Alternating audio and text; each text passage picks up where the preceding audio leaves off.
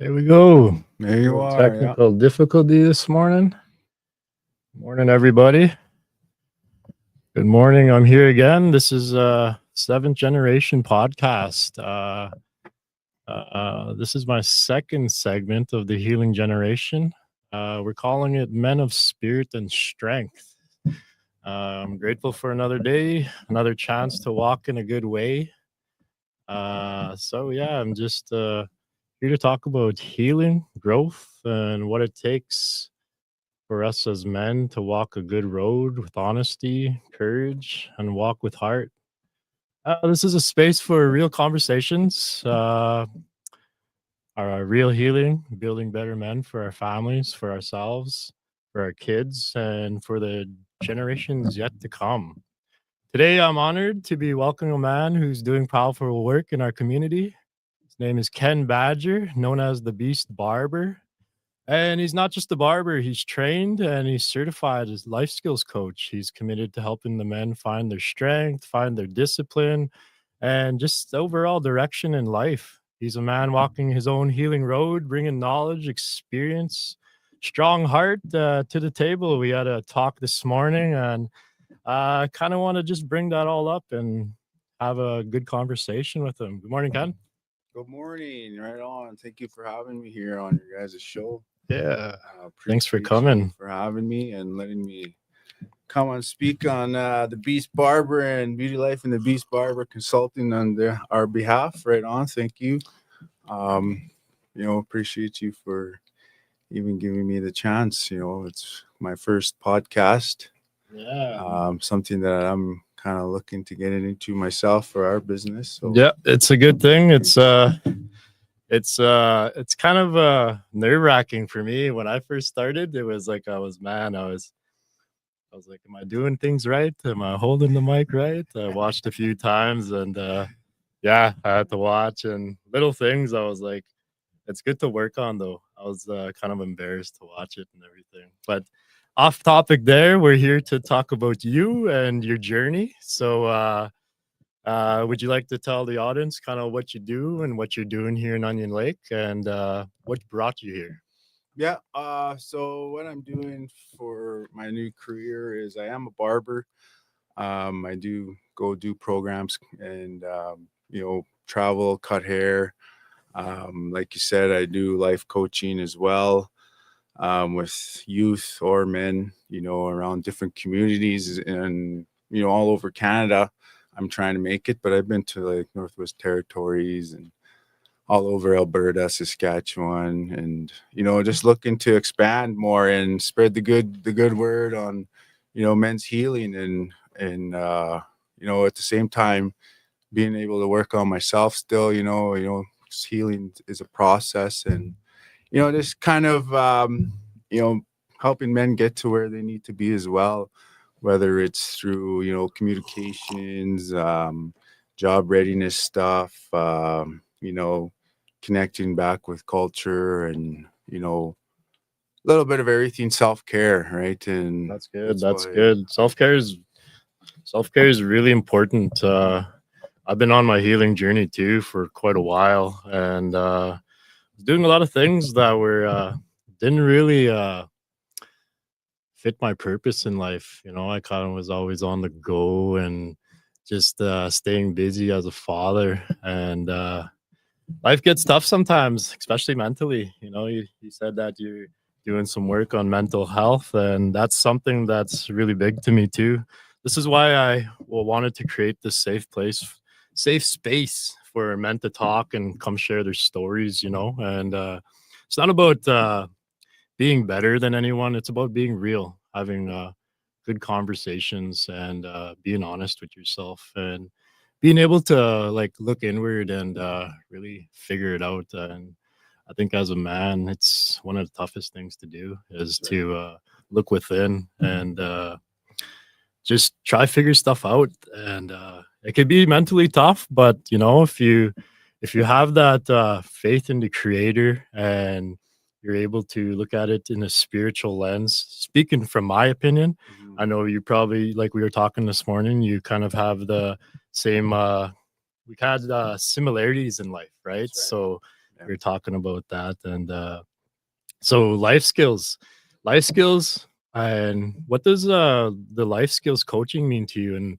what do you try like when you're doing this in the community? When did you start doing it, and was it hard at first to get into the community, and like uh do you do like what kind of training do you do in there? Is it like safety tickets, or is it just kind of like the mental health thing? And Yeah. So, me working in different communities gives me the opportunity to, spread the word of healing and life coaching to me, and life skills and job readiness programs is just kind of getting, the fellas that don't have that direction. oh yeah, yeah, yeah. And Yep.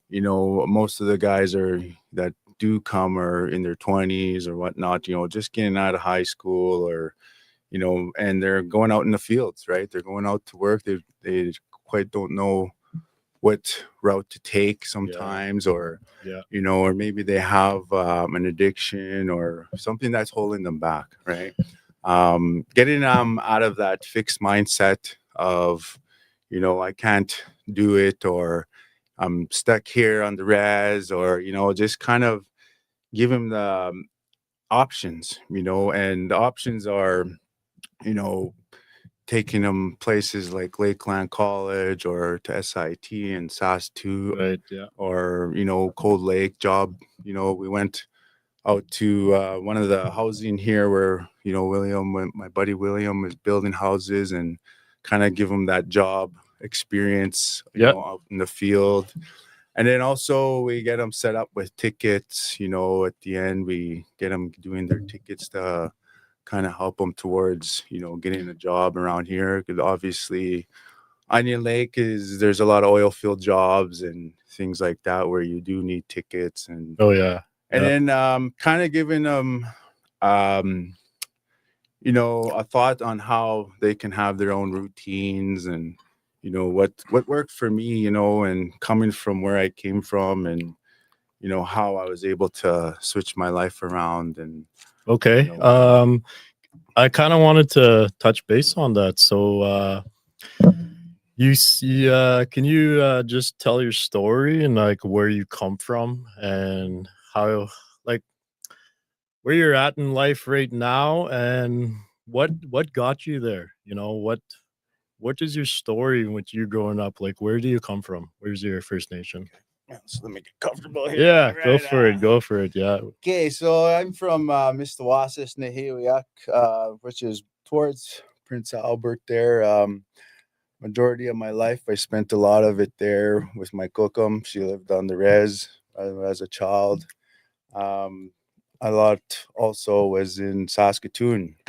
So a little bit of both worlds. Lived in the city, and some spent lots of time on the res. My mom was a single mother. I never knew my biological dad until I met him once when I was 12. But he wasn't too much part of my life. So she had me at the age of 17. She was fairly young. At that age, it's pretty hard for a young lady to raise a child. So she was going to give me up for adoption. And thankfully, her brother and his wife kind of took me in, and right out of the hospital, I moved out to Loon Lake here, Makwa. Oh yeah, Loon Lake. Spent Yep. about 3.5 years there with them, and mom was finally ready to kind of take me in now, right? She felt like she was old.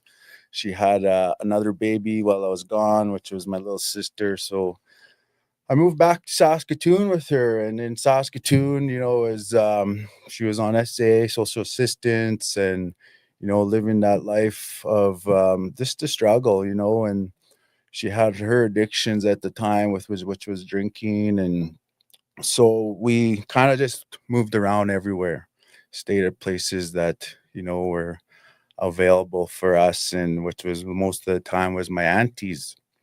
And we grew up, in 20th and Avenue I and Saskatoon, and so I've seen a lot of the hood stuff that went on there and all the crime, and Yeah. that's kind of what I followed into, right? I kind of did what I could by any means to survive, which was sometimes stealing or figuring out ways, right? And one of those ways was just taking in a lot of the programs that they had back then. Yeah.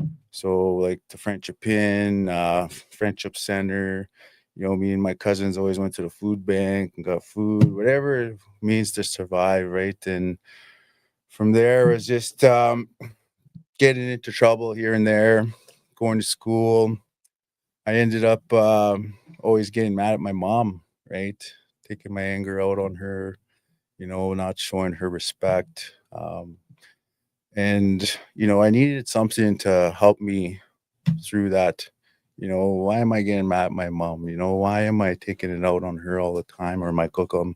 Yeah. And I've found a love in sports, right? That's good. Yeah, something to help me take that anger out. My mom, she took off from residential school since she was 15, so she never graduated or anything, right? So maybe it was my turn, right? Maybe I That's right. should actually do that and stop taking my anger out on her. Look at the life she lived, right? And sometimes you think, man, maybe I can try do something for myself. Yep. So I started playing basketball. I started playing football in high school, and I got pretty good at it. I was MVP of the league and my Oh, right on. team in Good for you. Saskatoon. We won some championships in high school, and so I had something going. Yeah. I knew, Yeah.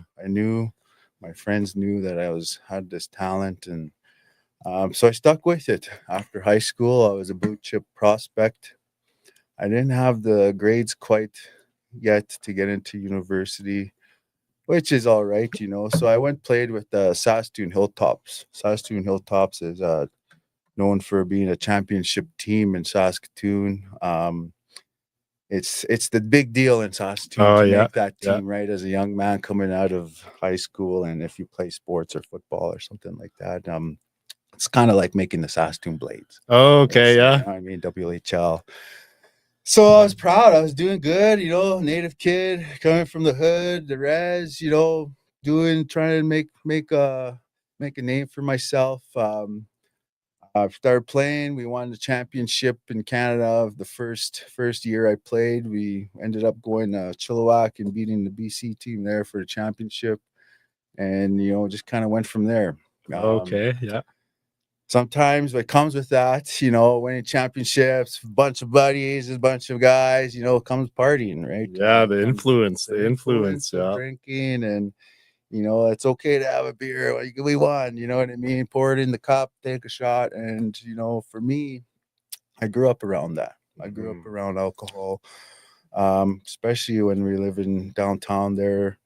There was the Barrie and the Albany. If anyone from Saskatoon remembers, there's those bars downtown, and we lived fairly close to there. So there was always parties at my auntie's house, and most of my family drank, right, and including my cookum, right. My cookum had a drinking addiction until she was 68, I believe, and and I seen it all that, time to time. I'd be on the res, we'd be hitchhiking to town, and with her, she had a big wine bottle all the time, which we used to call half a G, right? Oh, Half a yeah. I've heard of gallon, the yeah. stories. I heard of those And wine stories. Yep. yeah, so I grew up around it, but she really did her part with me, and she still loved me, right? I like to consider myself her favorite, and Right on. Yeah. so, but because I did a lot for her, right? I That's loved good. her. Yeah. I loved her. That's She did a good to lot be for good to me. go come. Yeah. So I always knew I had that good heart, right? Of Yeah.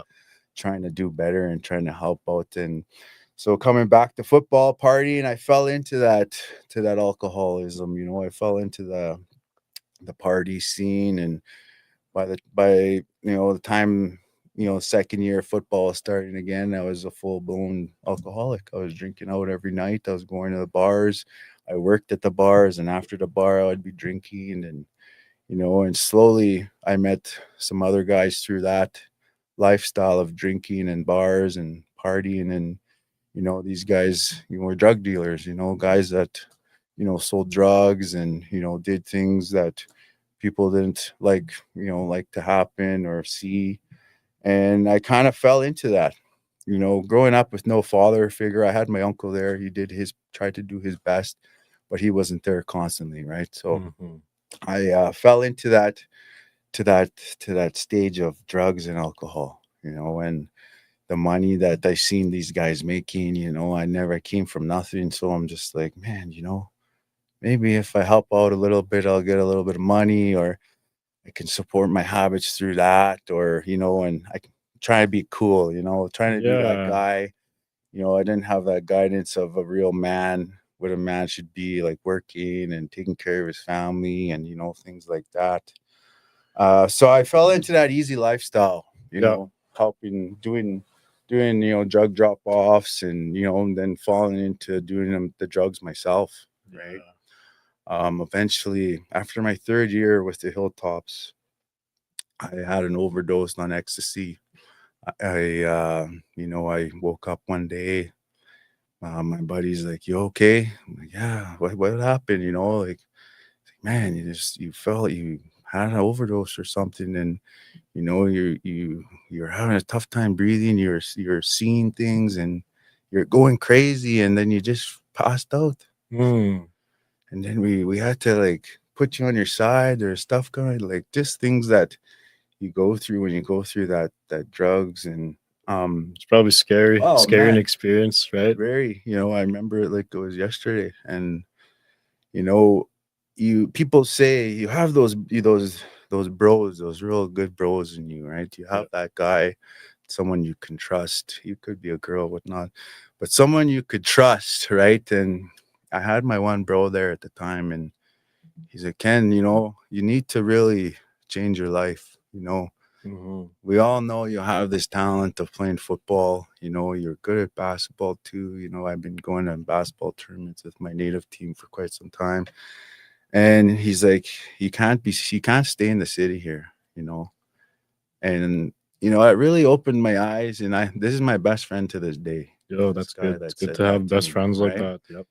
I knew that he's the guy. And so from there, obviously I had a lot of things to think about. I thought about, say, okay, should I go somewhere else? Should I go play somewhere else? Where can I play? You know what I Mhm. mean? And there was this team in BC, the Okanagan Sun.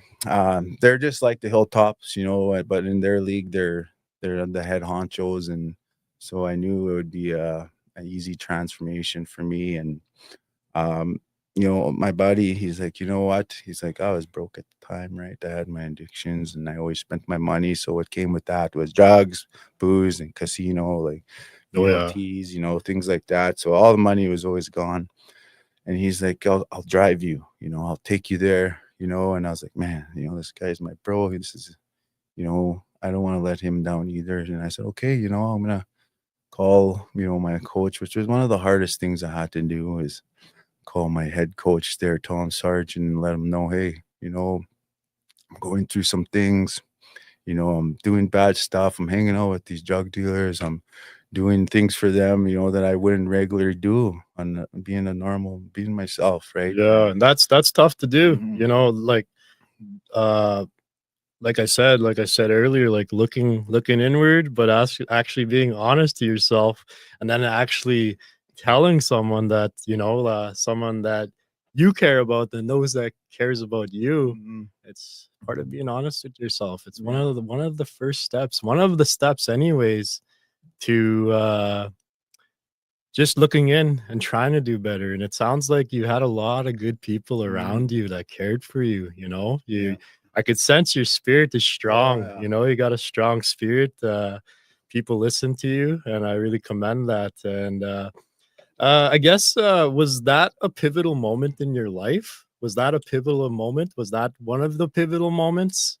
What went on from there? And what have you learned from there? So And did you start doing something different? Did you fall again and rise again? Sometimes a lot of people I meet, they just they go down that path, and it's tough. It's never easy. It never mhm. gets easy.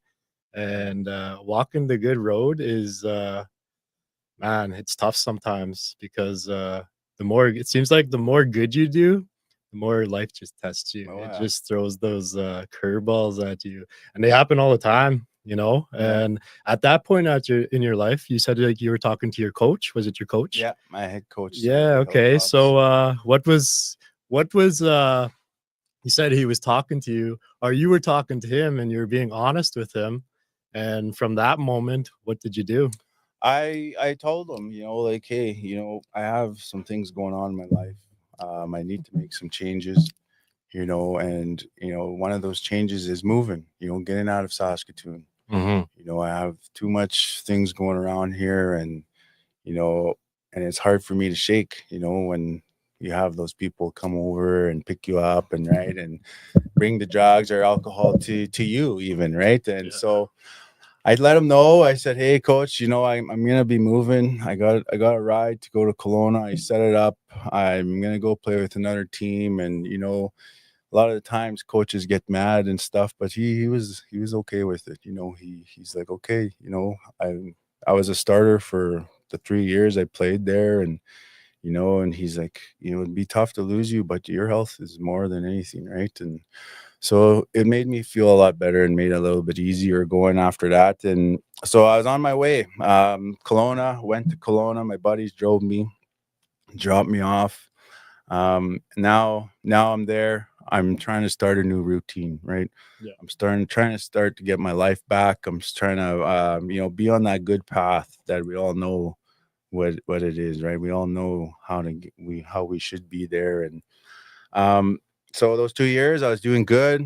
I played the first year there. We made it to the finals, and the next year we played and I played hard. We made it to the finals, but then I also won an All Canadian award and Oh, as nice. offensive lineman, and so that was a big thing for me, right? That was like, okay, you see where you are, and where you were with the drugs and alcohol, and now that you're over here, you're doing good. You have you have things going good for you. You're winning awards again. Life's going good, right? And so I was happy with that. I ended up getting a scholarship to Simon Fraser University in Vancouver, a football team out there. But before that, I made the decision to go back home for the summer. Mm. And so when I went back home, obviously, my bro was there, the one that helped me out. Yeah, that's He good. was he was trying to keep me on track, and then but there were some other friends there, Oh yeah, and those familiar faces. Yep. hey, let's go. We heard you won All Canadian, bro. Let's go and have a drink. Let's celebrate your success, And of course, I was like, okay, I deserve it. I worked hard for where I am now, and so I went out, and just that one night started a whole train wreck for me, and I ended up falling back into those addictions. Yeah. And when it was time to go back to school, I couldn't shake them. You Well, know. that's the thing too with the influence, I guess, and a lot of it, I think, on my healing journey, I noticed that it's traumas. It's traumas that we learned when we were little. Like I've seen the same things, kind of the same things growing up, being around the addictions, being around people that drink, and later on in life, you just like you try to beat yourself up a little too much, Yeah, and you got to for real. realize it's kind of like was all shaped into your mind when you're Yeah. growing up. So a lot of those things that happen are traumas that you it's just you're just learning. You're learning as you go, Mhm. and I get it too. I've been around the brothers, and the influence are always there. The influence is already always there, and it's tough to say no to your brothers. You don't want to be that guy that's, oh man, he doesn't want to come. We're not going to hang around this guy Yeah. no more. Or you do something good and you think like you deserve it, or something, like, I Yeah, deserve that yeah, beer, or like I yeah. deserve this one night. But And we were talking about this earlier when you sat down and talking about your spirit and that good inner voice and yeah. in the morning when you're waking up and you were talking about this 5-second rule. Can you just talk about that for a sec? This friend of mine, her name's Pascal. She's a massage therapist in town. She actually does a lot of work with me and my wife, Yeah. massage and stuff. And she had told me, she's like, when you're thinking about something, when you don't know if you're gonna do it or not, right? Sometimes, and or you need that extra push, right? And she's like, just use the 5 second rule. And I was like, what's the 5 second rule? And she's like, in that 5 seconds, you make the decision to go, or you're making the decision not to go. Yeah, You yeah, know, that's and good. but it gives you that sharp answer, you know, like yes or no, right? And then after that, if you don't, then so be it, right? But always make sure, give yourself that 5 second rule. And I'm just like, okay, that makes sense, you know. And even when I wake up, it's like the alarm goes off, you know, you're gonna get up and you have to think, oh, am I gonna lay here a little longer or I'm gonna get up, right? So Yeah, just right then and there, I was like, okay, I try to use that now, right? Okay, I'm just gonna get up. So I just get up and start my routine, right? And yeah, that's good. so it's more of a positive thinking on getting up or doing what you're gonna do, right? Give yourself that 5 seconds to, I'm gonna do it or I'm not gonna do it, right? So but Yeah. not to be hard on yourself either if Hmm. you don't, right? And yeah, so that's what I've tried. Me and my wife, we try to do that day and No, it's try, and then I try share that with other guys. Like, this is what she taught me, and this is what she told me, you know. So I pass on skills from other people too, right? yeah, that's some really good teachings. Teachings from someone you know that helps you and your wife, and they're Yeah, tools. They're that's right. everyday tools, and it's good to have those little practices, Yeah, especially when you're being sober and you're trying to be on a better path, and you're just going through life with that structure. yeah, And you said that this morning. We were talking about it, and I was talking about getting up in the morning and like having that first alarm, and like I wake up at 6 every morning, sometimes 6:30, right? I have two yeah, alarms, but then I kind of I used to beat myself up about it. I kind of still do. I mean, you're kind of making me think about it a little more. What you said this morning, yeah, and like I said, I was saying when you wake up in the morning and you're listening to your spirit, your conscience, right? And it's like you hear it and you're thinking about it. And I'm thinking about that 5 seconds, about you're waiting 5 seconds, and after 5 seconds, it's either you get up right out of bed or you're just okay, back to bed, hit that X, hit yeah. that snooze, and then like I was trying to explain to you, I was like, man, that's kind of already setting yourself up off for negative thinking right off the get go, and then like you're thinking like in my mind, sometimes I'm like, today's gonna be, and then you just said, hey, you can't beat yourself up about that. Yeah, It's like I guess what you're telling me is just reset, yeah, be good to your mind, like that's right. be good to your spirit, be more loving, be more kind to yourself, because a lot of things we say to ourselves, it's like we are our own worst enemy, but we Hmm. are our own best friend. Yeah, for real. I like to think that we suffer more in our minds than in reality, Hmm. right? And it's a big Hmm. thing, this mental health. And I guess with habits and everything, and habits, and what on your sober journey, what did you replace with your old habits, and what fills that space now? What helps you? Obviously the culture, you know, the smudging and my smudge every morning when I Yes, get that's up. good. You know, loving people around me, like my wife and my son and her family and my family. Um, the gym helps me out like tremendously. Yeah, I love therapeutic, right? therapeutic. I Yeah. like to go throw around some weights. And, you know, we are talking about how I got an injury there last February and I'm still dealing with it. But you know, knowing, you know, how old I am now and how, you know, it does take time to recover. So just being acceptable to that, like accepting that and, you know, taking the process of getting to where you need to be. And then also sports, you know, I got back into sports too. Started playing basketball more, a little bit more slow pitch. You know, I didn't play slow pitch since I was in my early 20s, and I just started playing again with some people I met out here in Onion Lake or in Lloyd there, and you know, just having that happiness back, you know, Oh and man, that's keeping good. on that right track of, you know, having a schedule of when the games are, you know, that excitement I used to get when I played football and, you know, in competitive basketball back in the Yeah. day. So, and then also healthier eating.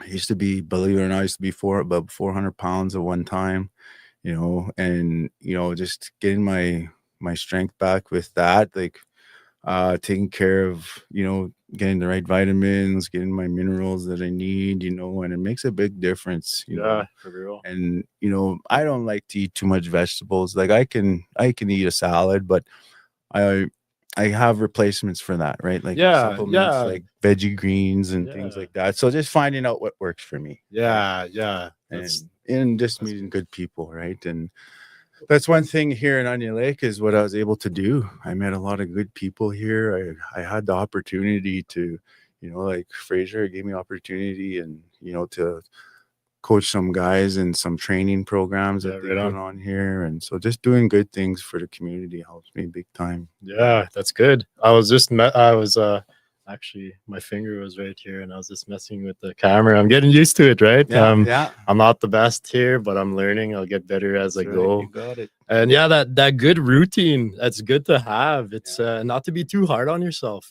just go what makes you feel good. that's right. There's a lot of things in life we could beat ourselves up about it, but at the end of the day, how do you feel?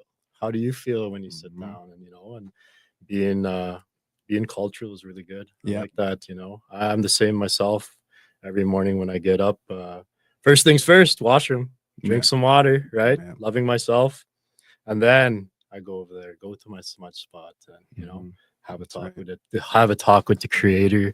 Hmm. Thanks for the night and the blessings for the day. Hmm. uh Food in the fridge, kids are blessed, kids got clean clothes, all those little things are to be grateful about. And a lot of times I see a lot of people stressing too much. I used to be like that with at home with my kids.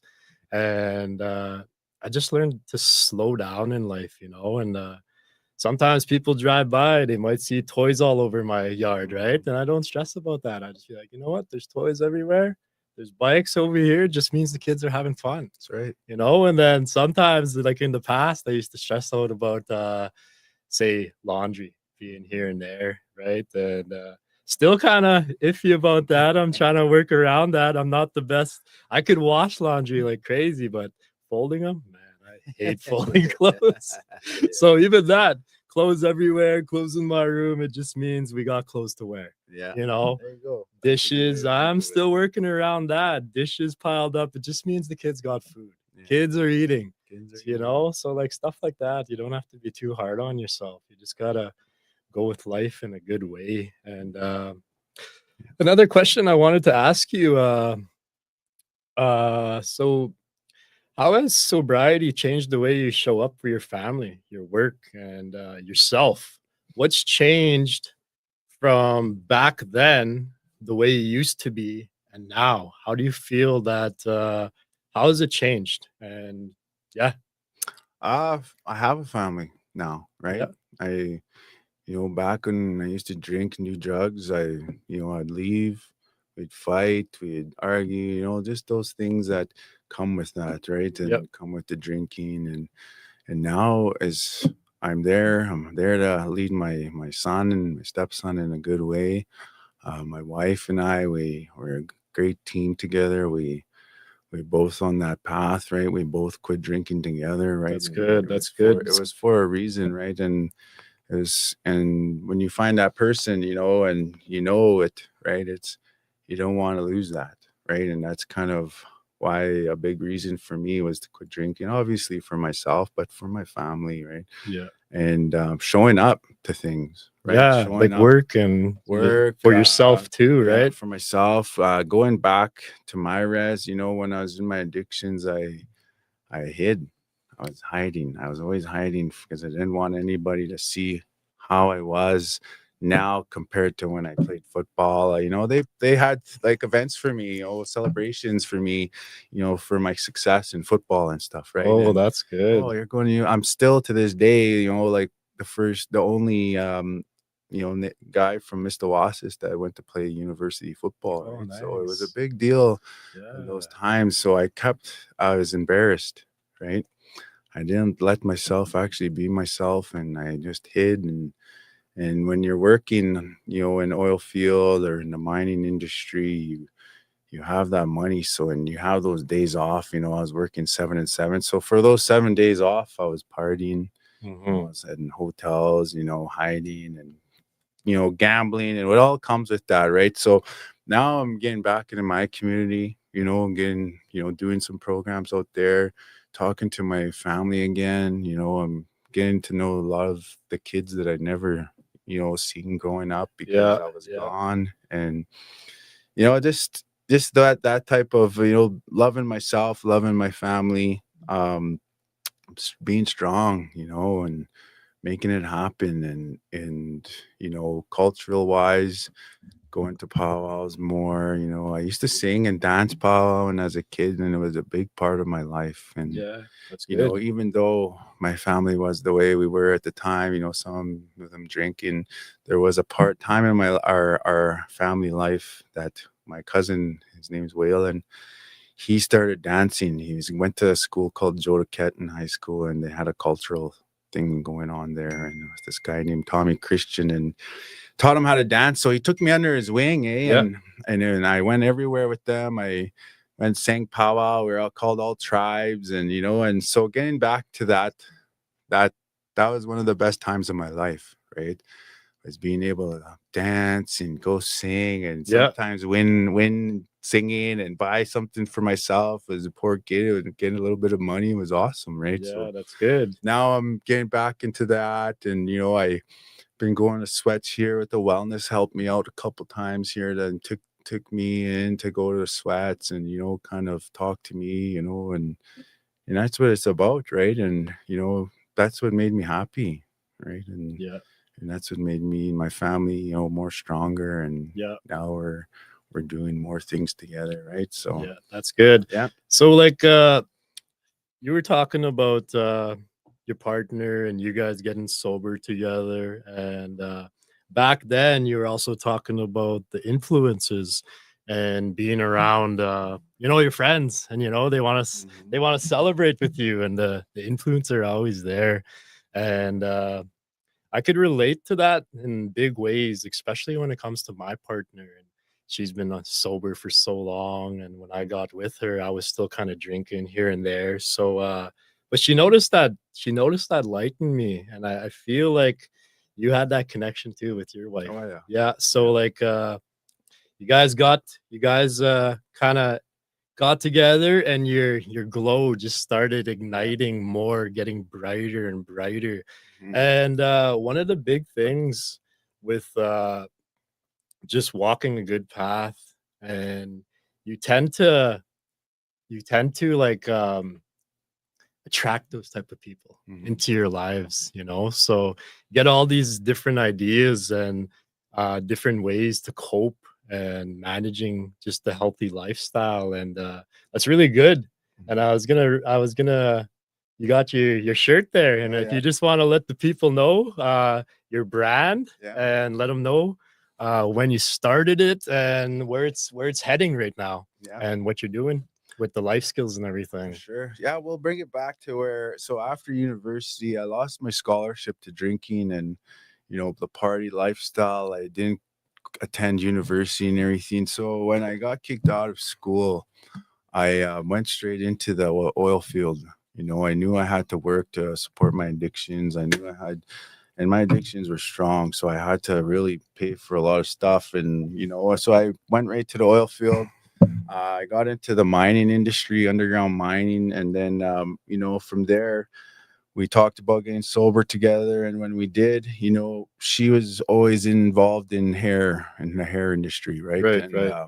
and makeup. And one thing that she wanted to do, and we talked about this quite a bit before we even became sober, and she's like, I want to be sober and I want to start my own programs. I want to teach women how to take care of themselves, self-care, makeup, taking care of their bodies and physically and spiritually too, right? Yeah, just So a little bit of self-respect, everything, right. the medicine wheel, mental health, emotional, spiritual, and Yeah. physical. And well, so I traveled with her. I went to a couple places, and we went out to Louis Bowl there a couple times, and watching those ladies that the first time they went into her program, they're, some of them had their heads Oh, down, yeah, some of yeah. them, shy or whatnot. And that after that week, you know, I would pick her up, and the smile and the brightness on those women's faces when they came out after was just Yeah. A little more like more confident, a little more confident, everything, more right? happy. They got to take home some makeup. They got new stuff. It was a good feeling to just see how, my wife is making these women's life changes, right? And so I was like, oh, I wonder what I could do for our men. I've never been part of a men's program. I've never seen a men's program out Hmm. there at the time for us men. And I thought, maybe I can try start one, maybe this is my calling. I have a good heart. Hmm. I really Yeah. do have a good heart. And the only time I ever done anything, tremendously bad or anything was when I was in my addiction. So I Yep. always, and it doesn't, and that's what it does. It doesn't make you who you really are. Right. So growing up, I always had a good heart, took care of my cookum all the time. Like I did the right things I know I needed to do. So I said, I'm going to start my own program, Yep. and what am I going to do? What can I do? I was just thinking. And then I told my wife, I said, if Lakeland ever opens up a barber program, because they always had the hairdressing program, Yeah. but they never had the Oh, barber one. really? I And didn't then know that. yeah, and then I said, if they start that program, I'm gonna take a program and learn how to cut hair. It's a self-care thing that some men need, or braid their hair, whatnot, right? For And sure. I said, I'm gonna take it if they start one. Man, sure enough, that 3 months later, there was an email, not an email, but a thing on the Lakeland College website. I went, checked it out. They're starting a barber program. I'm like, what? Holy man. It's kind of like how, when you manifest things. Yep. That's what I believe in. I truly believe in it. I manifest a lot with not just myself, but with my mom, to get her a home, and we manifested. And then all of a sudden she has a home on the res now. And it just all things that worked up. So I went into that thinking, okay, I got to quit my mind job. And I did. I applied for the school. I actually got in. I had to do a math test because I didn't have the best marks, and so I passed. Things were just rolling in. Now I needed the funding. Now I'm like, okay, it's $12,000.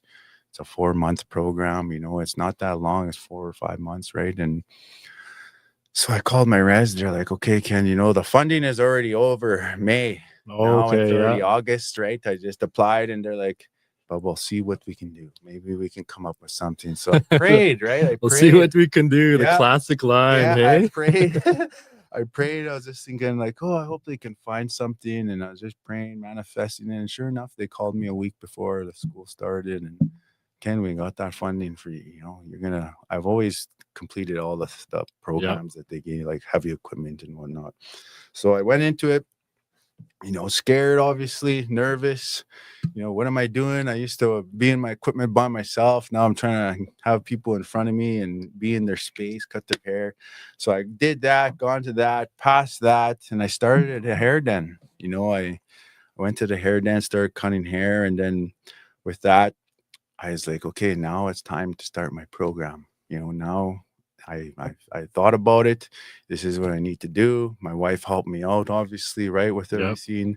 And then boom, I just started it up, and now I'm traveling all over the place and just spreading, helping these men, because Yep. I've been through a lot myself, right? So I'm still healing, like Oh, I yeah. still have Yeah. things. Same here. Same here. Yeah, I still have things that I need help with sometimes, but yeah, and then just getting that out, and then I said, I'm gonna come up with the beast. The beast is gonna go with your name, my wife's name. Her name is Beauty Life, her business, Yeah. right? I've seen So it. it's Beauty I've seen Life and it. the Beast, right? And Yeah. that was my main goal, is just to kind of, bond with her and, make it, her business and my business work together. So now we have Beauty Life and the Beast Consulting. And Yeah.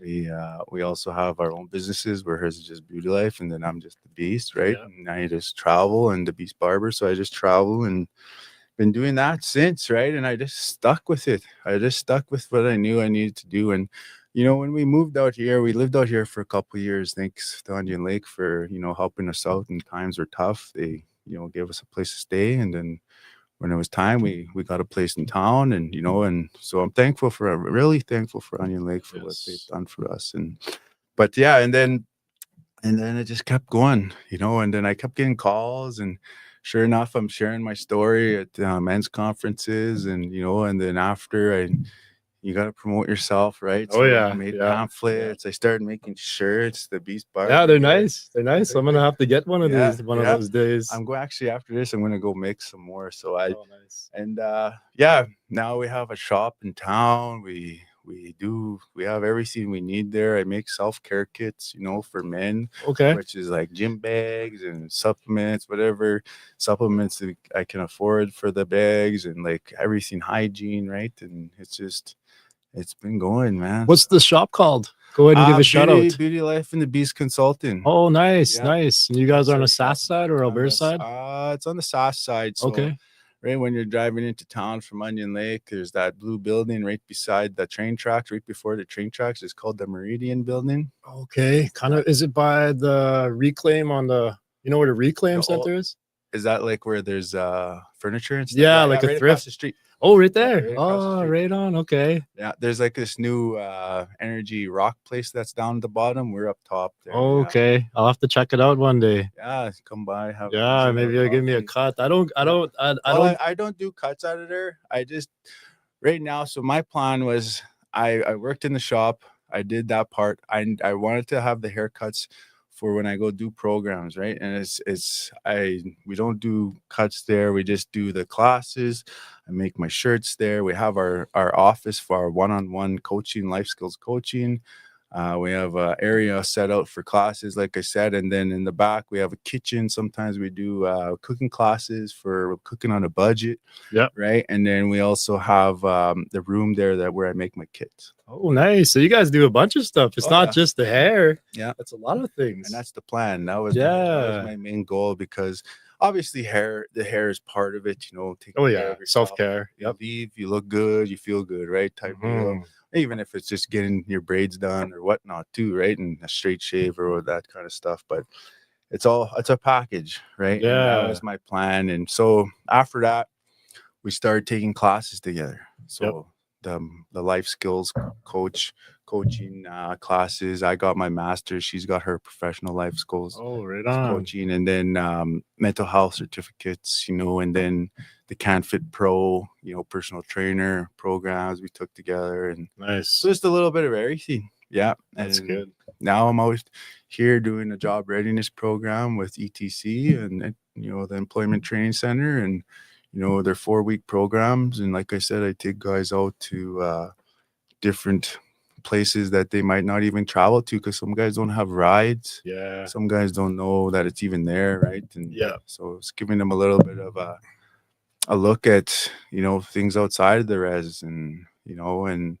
what's there to offer, like at Lakeland, and trade school, or it could be like business school, whatever they feel like they have the need for. That's good, man. That's really good. And that's one thing I think the First Nation needs a lot of. There's a lot of people doing really good on this First Nation. I once heard this from my aunties. They said, get out there, go experience life, get out there and really travel. Put yourself out there. Try not to stay in the res. Go get that training. Go get that life experience. Go to school. Go do something. And then once you get good at it, once you master it, and bring it back home, bring it back to the people, share your knowledge, help everyone move forward in a good way. Yeah. One thing that kind of hit me there, I was watching the podcast when they're doing the elections, and so I was listening. I like to listen to people speak and what they have to say. And one of the things is that your new chief said is that he went and got his education. That's what he was told to do, right? And now he's back home with that education to help the people here, right? And that really hit me, right? That was something that I like to follow too. Like, sometimes you have to get off the res, go experience, then come back and, use your teachings that you were taught on your journey, and show these younger people that there's things out there that we don't even know about sometimes, and that they can take advantage of that. Yeah, that's good. Yeah. So you need that stuff, and the teachings and everything is good and bad. Just listening to your story and all the aspects of it, it kind of seems like feels like, and I kind of relate to it in a good way. and the bad teachings, the good teachings, the ups and downs in life. They forged you into the man you are today. And I kind of have that similarity between like I have a father, blessed to have a father in my life, but we're going through that intergenerational trauma stuff. Yeah. You know, he was part of the 60s scoop, like a lot of my family was. So at times in my life, I felt like he just wasn't there, but he was always there. He was just a very busy man, real smart man. He knows a lot about Native studies, and he's always had that discipline and structure. So he helped me with that. And I guess sometimes in life, when I felt like I didn't have that guidance, I would go searching for it. And I bet you could relate to it, where you have a lot of mentors out there that you took in as father figures. Like we were just talking about Kevin Badger earlier. You know, guys like him, funny guys like him, pretty powerful, like serious, you're saying, right? But one thing I really look up to Kevin is, you know, he's with my small world, Ken's uncle's uncle. We have the same uncle. Mine's through marriage, through my auntie. So his uncle dates my auntie Gloria. So yeah, I kind of like looked up to him when it came to the well service area. You know, I wasn't really allowed to touch anything. I go to the rig, and he was I think he was the driller when I went there. He was working for Range One. Do you ever remember him working for Range One in Lloydminster? He's been out this way working a bunch of different like 20 rigs, plus years. Yeah. And I just used to come down. I was in Muscatcheese that time. I was working for a rig moving company. I think I forgot their name. They're right out of Panoka. Calnash Trucking. Yeah. I was a swamper for many years, and I went up to camps, and sometimes it got really slow. I think it was during the spring breakup and stuff. So I would come out here, and they just put me on the rig, and, you know, I got onto the rig. I thought he was just a serious guy, you know, he was just always, and he's cracking jokes left and right, cracking jokes. And I'm like, you got to watch what you say around Kevin, because he'll burn you. And I've always been so quiet, especially in school. I've been very introverted, you know, and I didn't feel like, I just didn't feel like myself. Like, we've been traveling around, my dad, kind of like the same thing you were talking about, like getting out there. I think at one point in my dad's life, things were a little rocky for him. And I remember him telling the story. He was like talking to his dad, my late Muslim Alec, and he told my dad, like, leave the res, just get out there. You gotta leave, because things are getting rocky, man. Like, that's what I got from what you said. And I didn't know it at the time. I didn't know why we left, you know, but we left. And I think my dad went to a Native Friendship Center in West Bank, BC. So we lived out there when, I think it was nursery I left. I can't remember. Right across Kelowna. Yeah, very nice place. And, you know, like out there, it was just, we're just like one small native family in this big complex, you know, and like everybody's also different race, mostly the Munyawak, you know, Caucasian, if you will. And I got nothing against people, you know, we're all the same on the inside. We're all the same. Got the same spirit. And I guess growing up and everything, oh, my leg's cramping a little. Don't mind me here. I'm just gonna get comfortable. That's what I like to say. Just get comfortable in here, be yourself. Yeah, it was real different back then. And once we saw Native people, we were just like, hey man, look at those natives. And we just like ended up being buddy and then just feeling comfortable around each other. I remember this one Native family we used to hang out with, and I was just like 6 years old, 7. We were out there for a couple of years, and yeah, I remember it was different. It's pretty good living that lifestyle, you know. I think it was financially tough on my parents to live out there. And then we moved somewhere else. And then we came back to the res by, I think it was grade 5. They actually tried to move me up a couple of grades, or a grade, or they were talking about moving me to Eagle View. And then I was like, no, man. I was like, I don't want. I was like telling my dad, I got home from school one day. First day, actually. It's like, how was your day? And I was like, Dad. And this is coming from the white schools, coming back to Onion Lake, and then all of a sudden he's like, how's your day? And I was like, they're doing grade 4 work, Dad. I was like, grade 5, right? Yeah. And it was kind of tough. I didn't want to be with the older kids, so I stayed in my with my peers there. And one thing that I guess that bothered me is coming back and being smart and then always putting up my hand. It's kind of like, man, people don't like the smart kid. They Mm. don't like it. They just want to like, hey, what's going on? And I kind of just learned to put my hand down. I just kind of, I guess, not dumbing myself down, but not speaking too much, not always trying to be heard. And I guess in that part of my life, I was really hiding who I truly was. Mhm. And that was something that I didn't know was like traumatic to me. That was also a traumatic experience, just kind of being told to quiet down. You know what? Believe it or not, that still happens today. It does. It does. Yeah. Even with men, when I do these programs, first couple days, no one's putting their hand up, when I ask a question. And after this week, I just finished a week of with the guys here. Everyone's putting their hand up. Ah, that's You good. know what Yeah. I mean? It's Yeah. just about getting comfortable with where you are and your surroundings. And now after I've kind of give these guys like just be yourself, like don't let things hold you back from being yourself or talking about what you want to say. And now everybody's putting up their hands, and that's just how life is sometimes. And Yeah. like you said, you don't want to be that guy or put your Mhm. hands up all the Yeah. time. And me, I wasn't smart enough to put my hand up.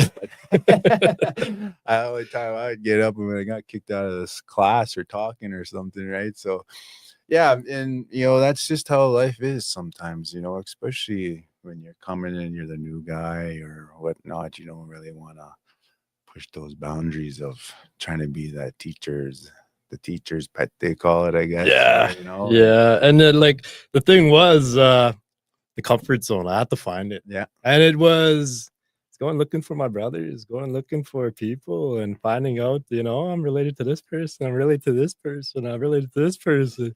And it's kind of funny once I started getting older, it's very quiet, very shy. I come home and I'd be like, Mom, there's this girl looking at me. And he's like, what's her name? I tell her, what's her last name? Who's her parents?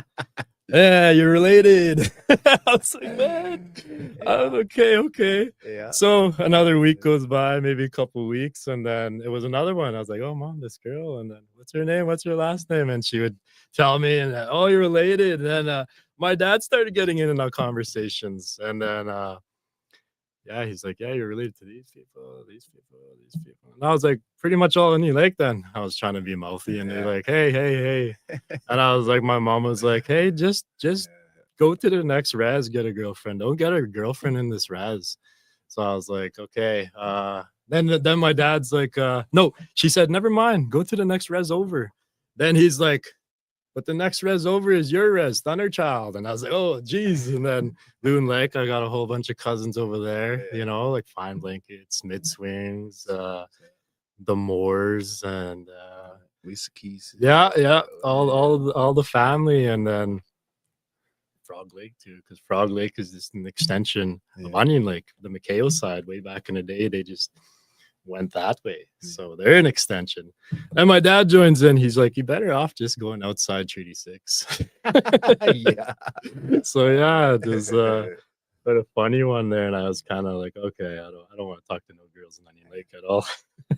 Yeah, like even for me coming here, like people walk up to me and hey, how you doing and how's it going? And because Trista has like 2 big families here. Oh yeah, some of them all look the same, all the aunties, and I'm just kind of remember everybody. So it's just big families here in Onion Lake, and and then people date other people, and then they have a family, and then they're your cousin too now, and it's just a big, but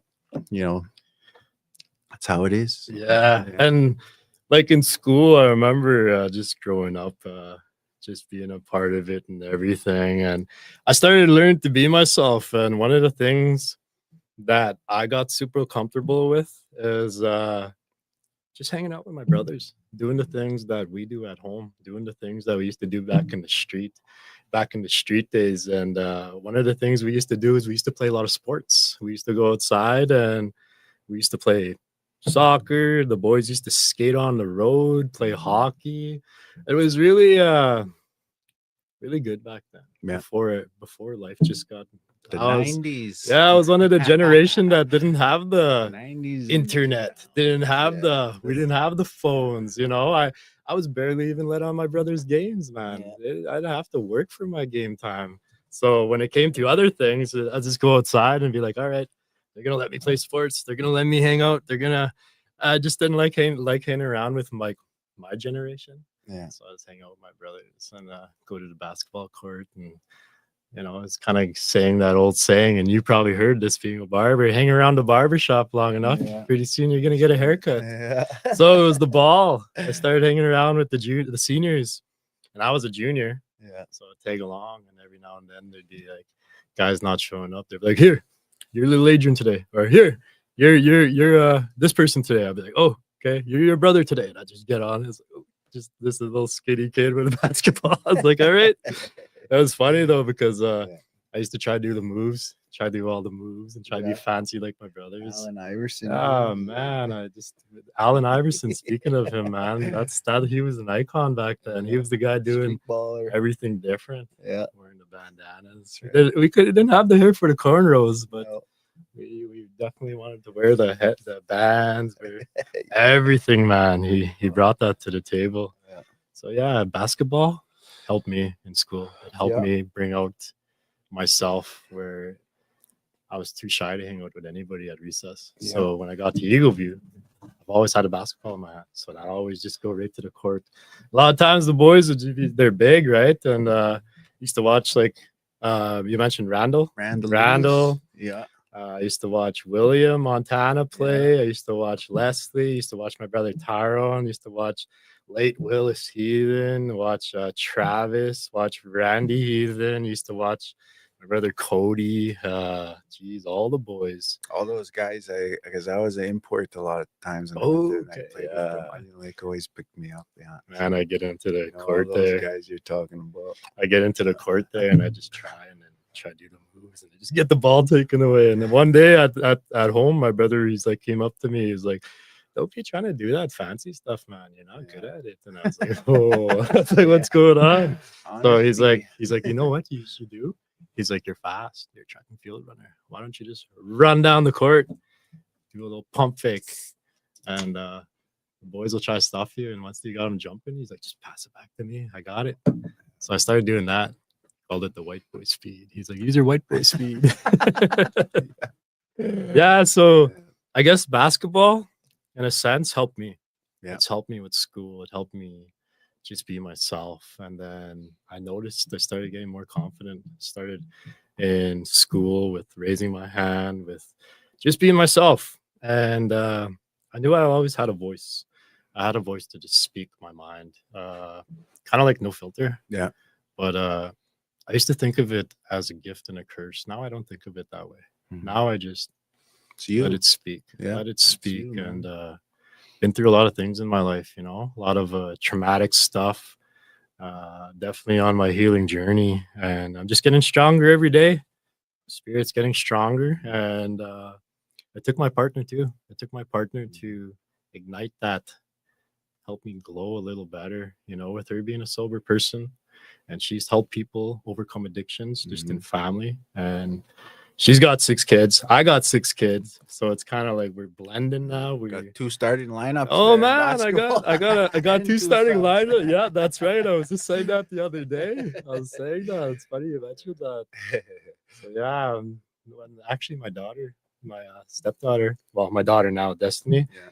she's starting. She's 12, so she's gonna get on the team, and it's really gonna help her. I think it's gonna help her with her anxiety. You know, Oh yeah. a little bit of depression here and there, and I know it's gonna help her. Mhm. So we're not trying to just like make it like, oh, you can't do this, you know, it's too much for you. We're just gonna roll with it and let her know that it's gonna help her, because my other daughter Maya, it's helped her. Yeah. And I remember when my son Kobe moved back with me. He's been with me, geez, almost 2 years now. He started living with me. He's 17 now. He's gonna graduate this year, and he's always been into sports. He's Yeah. always been into sports where it's helped him. He's just always gone all the time. He's like, Dad, I'm going over here.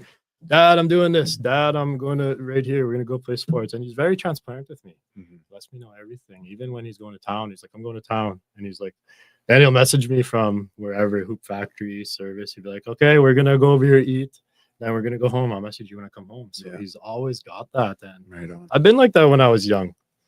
And him being around has really helped my daughter Maya, where she's really looks up to him. So Mhm. she started getting into sports and she started wanting to go here, go there, not just keeping herself in the room. Because Yeah. she's been through some stuff. Yeah. You know, she's not my biological, but I've been raising her since she was 2 years old.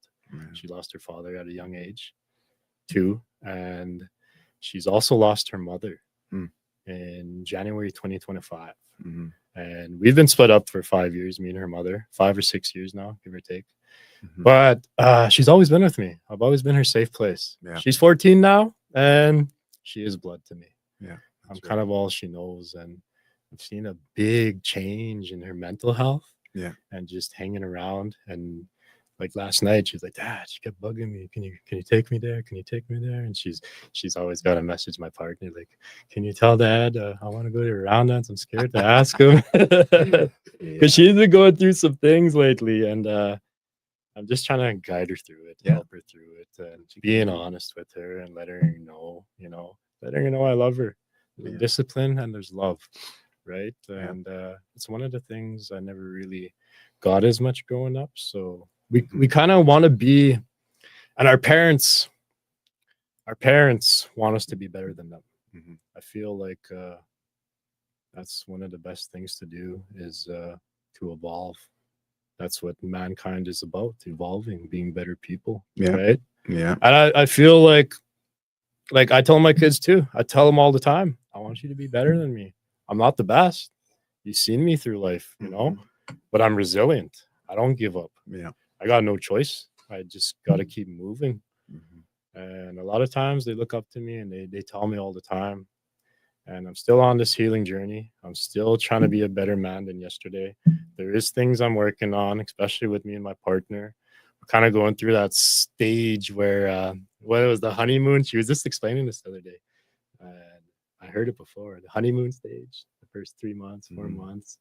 And then we're at the over a year mark and the family's just blending. Everyone's kind of bad, like we're just butting heads here and there.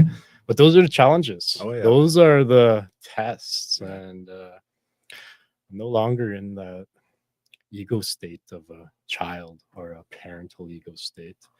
And not it's stuck in that trauma triangle, they say. And I've learned this in men in healing training. There's a trauma triangle, and you don't want to be in there. You don't want to be the one. It could go back and forth, back and forth, back and forth. And I want to be always in that adult ego state where I know what to do. And I'm practicing that every day. I just had men in healing training here. I just want to give a shout out to Pewapan Wellness. They are in La Ronge, and it was really, really good training. If you guys notice me moving around a little bit, I was kind of cramping up here. My leg. Need some sodium. But yeah, we had some men in healing training, right? It was working on men in traumas, childhood abuse, and mental health, and worked with a guy named Rick Goodwin, and he's got almost 25 years in mental health. He's helped people not only in Canada, he's helped people in the States, military men coming back, dealing with trauma, stuff like that. So it's 5 days. I didn't know what to expect, but I kind of knew what it was. And when we got there and we were sitting in a circle, all of us men from the wellness center, right? And I'm in men's cultural support. So over there at the wellness, right? So we're sitting there. There was only a few of us that went, but the men who did go, I'm proud of those men. I think about the men. I get to work alongside you with these men, and it's good knowledge what we learned. It's like I was saying earlier, it's not just like in my mind, but for my spirit, and it's helping me to cope with stress and my trauma in new ways. And just look at my healing through a more spiritual lens too. And just because I've been on that path. I've really been on that path, and it's getting better every day. You know, my spirit's getting stronger, and just learning to slow down because I've been in the rigs for so long. Go, Man. go, go. Just go, go, go, Yeah. go, go, go. Kind of always do this, like do that, do that. So I've slowed down. I told the rig, you know what? I'm gonna back up for a little. I'm gonna stay home here. If you guys need me, I'm gonna be at Onion Lake. I'm gonna be right at home here. Be waking up with my kids, getting them to school, Yeah. being there, showing up for their events, being there when they get home. You know, so just it's helped me to breathe a little, especially to approach my pain that I went through with respect instead of anger or shame. You know, Yeah. and Exactly. it's a lot of knowledge over there. A lot of knowledge. Like I'm bringing that knowledge back to the wellness center to right here. There's gonna eventually we're gonna have more people here. It's tough to get men to talk. You know, that Yeah. training was 10 years in the making. The lady that put it together, it was 10 years in the making, and last minute, the guys that they did have, they kind of backed out. So they got a hold of Dr. Saxon here at the wellness center, and he let one of the other facilitators know, and then he let our cultural manager know. Culture manager came to us, little meeting, and said, "Hey, you guys want to take this training? It's up to you." It's kind of like, it's like, "Oh, I'll go first one." Like, Yeah. I'll go. Yeah, so it's all this knowledge. It's good. It's medicine. It's good for my day-to-day living, for myself, for my kids, for my loved ones, for my partner, and for my community. Yeah. I like it. It's a good path. It's a good path to help out at feasts, funerals, wakes. It's good to be out there and giving back to my community. I've been in the oil fields so long, just taking from Mother Earth, helping the Munyao extract minerals, natural resources, gas from our earth at such an efficient rate, you know, and always had that, my spirit always telling me, you know, like, yeah, what's going on here, man? You don't feel good. I don't feel good about it, even though I'm providing, you know, keeping heat in my home, food on my table, clothes on my back, my kids back, transportation. I just somehow just wanted to slow down. And this right here, the podcast, that's what I'm able to come back and bring all that knowledge, you know. It's the time Fraser gifted me, you know, it's, he said, like you said, you know, you just come there and speak on men's mental health, bring some people in, create a safe space Yeah. where we could be vulnerable, talk about our life, you Yeah. know, talk about our journeys, and just to have that brotherhood is powerful. Yeah. And it's about time. It's about time we do stuff like this. And just being on that training and being with the brothers and hearing their stories, man, like I was scared. I was scared to open up. I was like, oh man, do I really gotta talk? So sometimes they would just like start on this side. I was like, oh, okay, I'm so glad it didn't start right here. That's right. So we had the rock, right? We had the rock, the stone, our grandfather rock, and passing it around. Sometimes it'll start over here. So we start talking and stuff we could relate to. Like today, Yeah. talking back and forth, we could relate to each other in certain ways, you know, and it's good. I'm really excited to share space with more men like yourself, you know, and you're doing a good job. You know, it's not about keeping silent anymore. Mhm. And I know that like you said, you spoke your life story a lot. Gets easier, doesn't it? Oh yeah. It gets easier and easier and easier, and you're finding different ways to approach it with respect, right? Yeah. Not anger or shame, you know, not being hard on yourself, just being real. And some of that is also with your family. You Oh know, yes, yeah, I never told my family anything of what I was doing, you know, yeah, the bad stuff, you know, and when I was able to actually express my feelings, you know, and, you know, like tell them, hey, this is what's going on in my life, you know, this is why I've been the way I am, you know, and I'm changing it, you know, and then talking about my past, even with my mom or my uncle who helped raise me, you know, back in 95, they lost their kids, all three of the biological kids in a car accident. So I kind of, you know, lived my life trying to, you know, trying to be there for them. Right. And yep, trying to be that best child for them, or like their adopted child, right? And but I could never replace their kids, right? I you know they're but at the same time,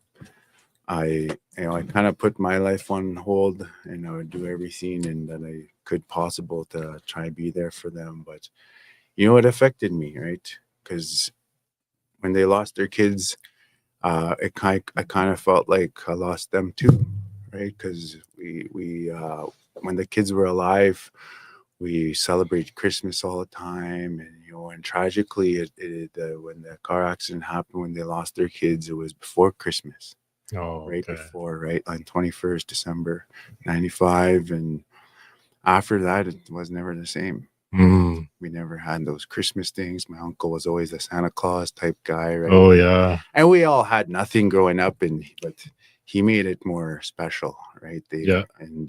So we lost that, right? And I kept that in, and just recently, not too long ago, I actually spoke to him Spoke about it. about it. That's Yeah. tough. It's tough, Oh right? Oh man. man, it brings back those when you talk about things. And I've talked about so many traumatic things in my life, mostly to my partner. She's the one that hears a lot of the things that I went through, and it's tough, man. Yeah. Even like, to be honest, some of the times I talked about it was through alcohol. Yeah. That's the only time I felt Yeah. like I had the courage to speak up, and I'm not hard on myself for that. Yeah.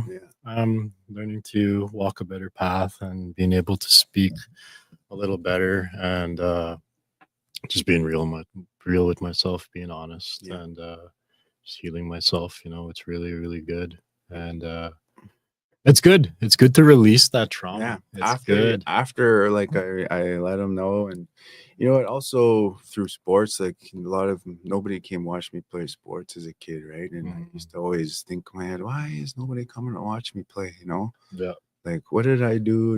And I'm doing good in these sports, but a lot of that's the trauma they've been through, right? And the things like residential school, and not their parents not being there for them, and them being forced to do different things that they didn't want to do, like going and staying in a residential school and whatnot. And then yeah, so I it felt like a weight off my shoulder. It was Yeah. just like, okay, now I can be myself. And like you said, the only time I ever said anything or I felt the courage was when I was drunk. Hmm. And Yeah. that's totally different, because the next day you wake up and you're like, what did I say? What did I do? Or and now I'm sober, and I've been able to actually let it off, and now I can move forward, right? I can be myself again, and now they know the real me, and Yeah. what I went through when I lost my brothers and sisters, and even my brother and sister, sorry. And it's just Yeah. it's God being bless them. yourself, it's you getting to talk and just speak your mind, and not hold things in, because that's what kind of keeps us down sometimes, Yeah. right? Just And compressing, it's hard to move suppressing it's all hard to those. move forward. Yeah. It's filling your cup, man. You just filling your cup, pouring in, pouring in, pouring in, pouring in, and it becomes too much in life. You're pouring too much in your cup, and one day that cup just overflows. Sometimes, like, speaking from experience too, there's been times where that cup overflowed on myself, in my mind, being hard on myself, and then it affects your family. Yeah. It could affect your partner, overflow on your partner, overflow on your kids, overflow on your family around you, and sometimes even innocent bystanders. The person making your coffee, Yeah. that mistake someone made, that driver in front of you that's driving too slow. You Yeah, gotta I went get through that somewhere. this You're just morning. little, Yeah. and that's small. It's just Small small, things. small Yeah. things, but you notice it in life, and It's funny you said that, because that happened to me this morning. I was yeah. just thinking, man, I used to get so mad Oh yeah, yeah. when guys would do that, and now I'm just like, maybe he's old, or maybe he has something wrong, or maybe they're just chilling and taking a Saturday morning drive, right? Yeah. And I just talked myself out of that by Mhm. thinking that way, and that's kind of what I live my life by now. Is just being able to slow down, talk it out and see, like why I'm acting that way, or why my thoughts are going that way. And then by the time it's time to like make that decision, the thing's already gone, right? It's just like, okay, the guy's already gone. I don't need to worry about that no more. Let's just continue on with It's gonna happen anyways. Yeah, It's gonna, exactly. like I told you, it's not. There's no rush. Like I've been gifted this space. It's on a Saturday. Yeah. It's in the morning. This is when we're gonna have it. Now I've just got the new name, the Healing Generation. All right. And yeah, it's just it's something that I really, really, really, really wanted to do.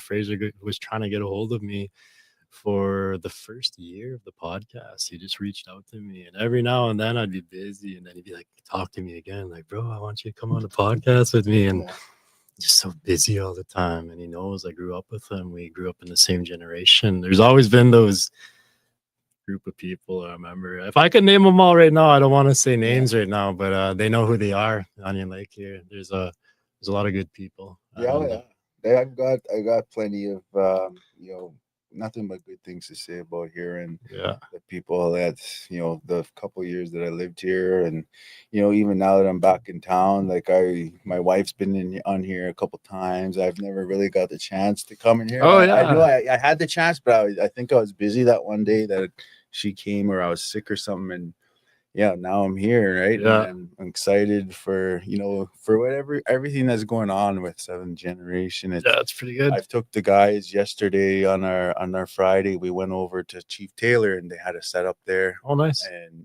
just to see those guys doing what they're doing. Like a couple of them were in my wife's programs before, and how their life's changed around, and now, and Fraser's giving them the opportunity, to work for them. And, this is going to be, if it's already is, but it's going to be bigger, and, it's going to be more good vibes, you know what I mean? And and everybody around the res here gets to see what's going on in different areas of everything, pretty much sports, chief and council stuff, meetings, events they got going. And it's I've been to some places, even in Northwest Territories. I went to Northwest Territories and did a couple men's programs there, and they talk about Onion Lake all the time. Oh, do they? What the heck do you guys know about Onion Lake? Oh, man. We're on the map. Yeah, we're on the map. So it gets around, and people want, and it just gives a start for other,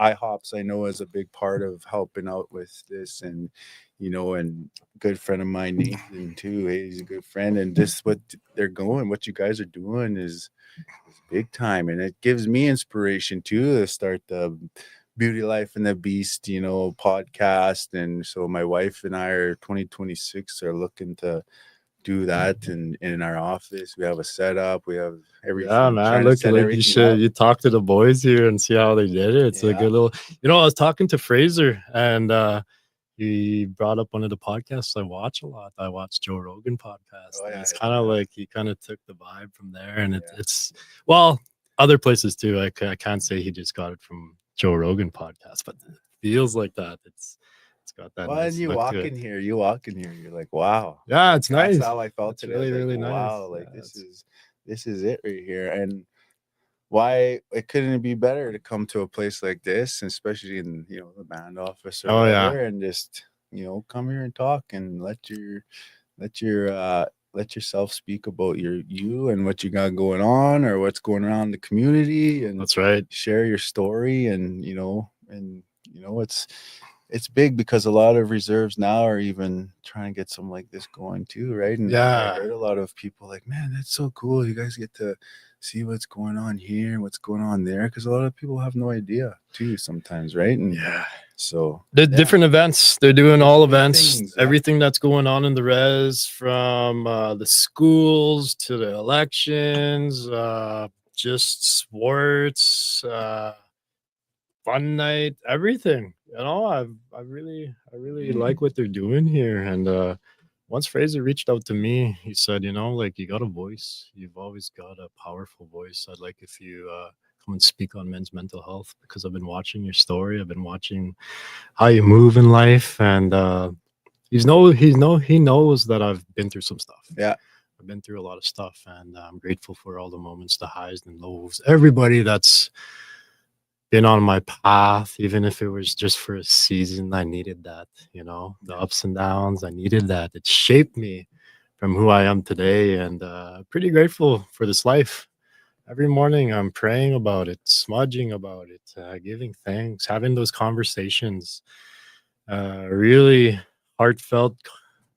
And the more I'm on the spiritual path, uh, creator sends me these messages every day, and a lot of times I notice when I'm talking about life, about the good life, and being grateful and compassionate, more loving to myself, serving right in his way.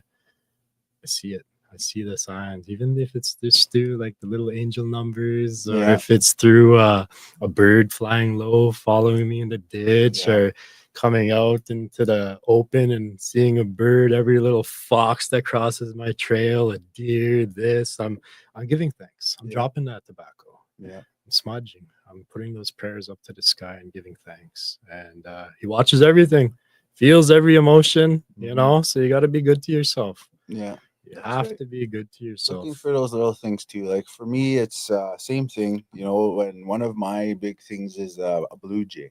Oh, nice. Okay, because my friend had passed away a couple years ago of cancer, and Oh, sorry to hear that. it's one of those things that we kind of kept with him. His bird was the blue jay, right? So Mhm. seeing something like that to remind you of those times that you had with that person too, right? Or you know anything could be anything that you feel good about, right? Yeah. And just seeing that, it just makes you smile, or you know what I Yeah. mean? Or yeah, totally understand that. What you're talking about is just seeing things, especially being sober. Yeah, That's like for everything's real, bright, man. everything's brand new to you again. And you're like, man, I remember times where I'm at certain places like West Ed Mall or somewhere, and I see things that I've wished when I was a kid I seen, right? And you're like, oh man, this is cool, right? And then you actually go and do it. Before, when I was in my substances, like I said, I hid all the time. I would never do those stuff. Mhm. And now it's just like trying new things again, like you're a kid, right? And that's something for me, because it makes me feel I got my power back, Yeah, from that's when I good. was younger. Yeah. That's when I was younger, I never touched any drugs or anything until I was in my teens, right? And I remember those times when my cookum would take me to town, even, right? Go get a orange pop or something, and how that was just the best. And we would hitchhike to town sometimes, and to see the weeds, and or the bales when we're walking through the fields or in the ditch or whatever, just to see the life of things again and hear it, right? And Yeah. that's, now that I'm sober, I see that again. I feel that again, right? It's not just me working in the bush and destroying it or anything, right? It's now I'm actually enjoying the beauty in life again. And that's something that keeps me going, man, and Yeah, it's very good to just live in the moment. mhm, The past is the past, but unless you're doing the work, yeah, you want to do the work and talk about your traumas and find out and let it out, release, go ahead, talk about it. yeah, Let it release from you. Don't bottle that stuff in. yeah, Don't keep filling your cup, because it's gonna overfill. yeah, But it's better to live in the moment, what you control right now, what's in front of you. And I think that's a really good, powerful way to just live, mhm, to be mindful, especially of your words and how powerful they are. mhm, Your mind, what you think, right? yeah, So being good to yourself, yeah. being respectful is very important in life. Have a mindset of growth, and instead of a fixed mindset where you're used to something and you say no to a lot of things, or you can't do it, Yeah. or I can't travel, or and having that mindset of, okay, maybe if I save up, I'll travel, or Yeah. maybe if I say, okay, just gonna do it, I'm gonna walk to where I gotta walk, and or drive to where I gotta go, and just doing it, and that's what growth mindset is working towards something, that you always used to say, no, I can't do that, like it's not me. But instead, okay, maybe I'm gonna do something today that will get me to the next point tomorrow, right? And So, what would you say to the viewers that are watching right now? People that are in those, because we've all been there. We've all been there in those tough times where we just feel like, man, there's nothing I could do. It's just like, what can I do? We've all been in that mindset where, what would you say to the viewers that are watching? What, like, in a way, I guess, put it like this way. What would you say to your younger self, back in that time where you were struggling? What would you say that you know now to walk that road? get out of your comfort zone. A lot of us, we stay in our like sometimes when you're too comfortable, you end up staying home all the time, or you're used to one thing, and that's just the road you take. Getting out of that comfort zone, exploring. I've lived a lot of places, Calgary, Vancouver, through my time, and I've traveled some places, and some of these places I didn't even want to go, right? But getting out of that comfort zone, one for me was talking in front of people, doing what we're doing even today was kind of one of my things was, okay, I've been doing this in front of people. Am I going to be able to do it on, a podcast or something, and now I'm here and, and it's getting out of my comfort zone, right? Yeah, that's what it's about. Yeah, I could talk in a class, and stand in front of people, but, being on a mic here was kind of, gave me that anxiety. Yeah, for sure. What Me my too. people are gonna think? Who's gonna watch? And then who's gonna say something? And, but I came. I was That's like, good. I'm out of my comfort zone here. Now I feel so good about it. And meeting you, and and getting the opportunity to come speak and tell my story, talk about my business a little bit, and that's how growth happens. It is. It is. Right? I'm a living proof of that. Going out of your way to do the things that you never thought you would do, right? And setting goals, having a vision of, making that vision of where you want to see yourself, and step by step taking those goals down, right? And moving forward and not moving backwards or thinking about the past. Yeah. Right? One foot in front of the other. That's right. Yeah, one foot in front of the other. What's That's right. that word they say? Say agamimo. I think that's keep going. Keep going. And being in your comfort zone, it kills. It kills not just your body, it kills your mindset. Don't be too stuck in your ways. Don't be so comfortable from what you do. And there's a lot of trying every day. Like you'll always be trying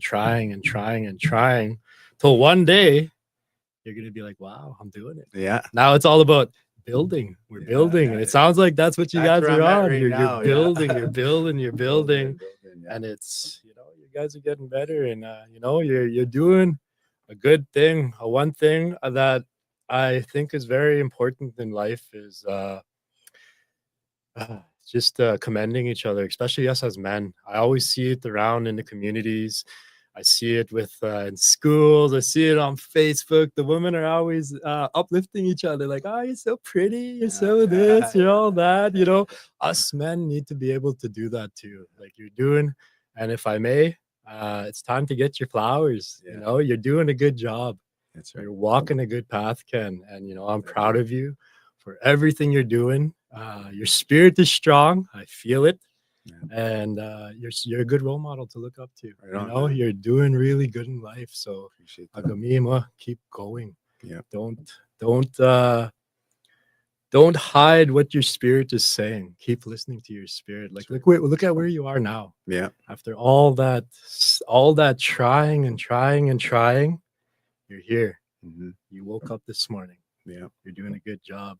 Thanks, bro. Yes. Appreciate that. That's one thing I wanted to say. Vice versa, bro. There you go, man. Flowers to you. And I try to do that a lot. With everybody. There was times in my life where I wasn't able to say that stuff, because I wasn't working on myself. I wasn't doing the work inside. And now that I've been doing the work, it feels good. It feels good every day. There's moments, there's times, and my family's blending, Yeah. I'm getting better at just doing what I can, not overreacting. Just okay, these kids they're gonna learn today. Let's just let them learn. Yeah. Go ahead, fight a little, do Yeah. your thing. Stop coming to me. I'm not gonna figure it out. I'll be like, okay, good. You're like, oh, he's doing this, doing that. I'll be like, okay, yeah, yeah. If someone's bleeding or someone's leg is falling off, that's why you guys come running to me. Tell me what's going on. Yeah. Then I'll drive you nuts. Yeah. Then I care. Then dad cares. They're like, oh man, we just gotta stop telling dad stuff. He doesn't care, but he cares. you know. But yeah, man, pretty proud that you came to the show. And I guess with the podcast here and what I'm doing is just bringing men like yourself. And it doesn't have to be just men like us on this journey, walking a good road in different areas in our life. Someday I'd like to have people in here too, men that are on that road. Yeah, Yeah, picture right there, I bet bro. so. Yeah, man, it's a good time. It's a good thing to do. Something that's happening right here. I'm pretty proud to be a part of this. Thank you, Fraser, for gifting me this time. I was just looking at my little bag there. I got this prayed on here in the sweat the other day. Just to mention to the shout out to Don, the elder from Larange there. There's a rock in there he prayed on. And I brought this pouch back to the community, and this pouch was gifted to me from Kim Whitstone, and I said I wanted a pouch for protection. I want to put my roots in there. I'm gonna get like protection on me, protect my soul, right? Protect my spirit. So I put the roots in there. I got some tobacco that was given to me. Yeah. I speak, right? So sometimes I've never had that before where someone gave me tobacco, like, man, thank you for those words. And that was from one of the guys. His name is Jordan. Thank you, Jordan. Tobacco's still in there. And there's also some of the smudge from my morning in there. And I recently just took it to the sweat the other day. And I've always had an Indian name. I just never knew what it was. My family said, you have an Indian name, but we don't remember what it is. That's where I'm at right now. Oh, really? Yeah. Really? Okay, maybe during the sweat. Yeah, I should Maybe try. drink some I sweat. should see, because when I was younger, I would go to sweats with Walter Maria Linklater from Saskatoon there, and they're from Thunderchild, and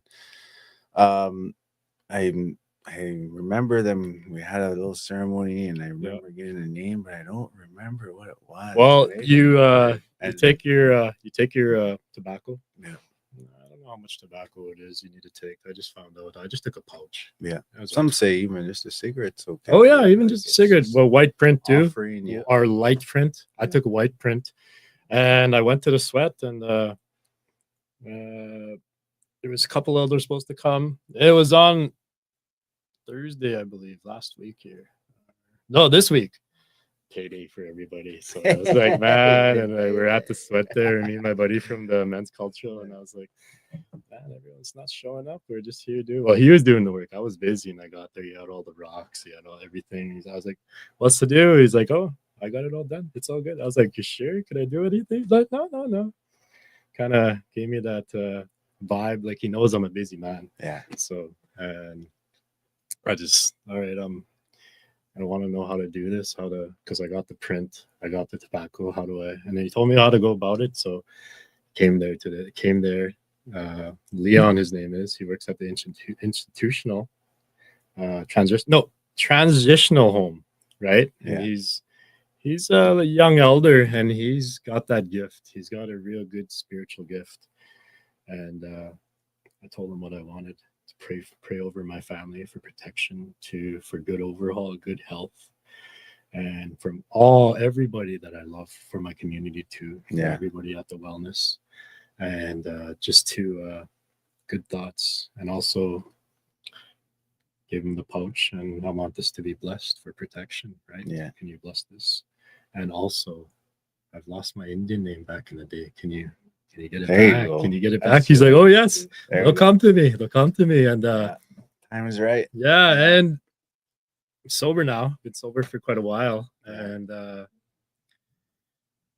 I felt like the sweat was really good, really powerful. I felt that the good spirit in me, and I was even when he said it, we finished that first round. He's like, "Whoa!" He's like, and he started speaking in Cree, and I'm not very fluent in it. I Yeah. understand some I words, understand, right? yeah, But same me. he was talking to me. I heard he was talking to me, and I was like, sat up. I was like, and he's like talking. He's like, first time in a very, very long time, the spirits came to me and they let me know your Indian name. Oh, And it came to me, and he's like, usually, and he was talking to everybody. He's like, usually that doesn't happen, not till the third or fourth round. He's like, very powerful. Your spirit, it's shining. It's stronger than ever. He said, and he said, Wapun Muskwa. Wapun Muskwa. And I didn't know. I knew it was bear in there somewhere, right? yeah. And I asked earlier. I didn't want to be like, I was just like, I should have asked there, but I was like thinking about it.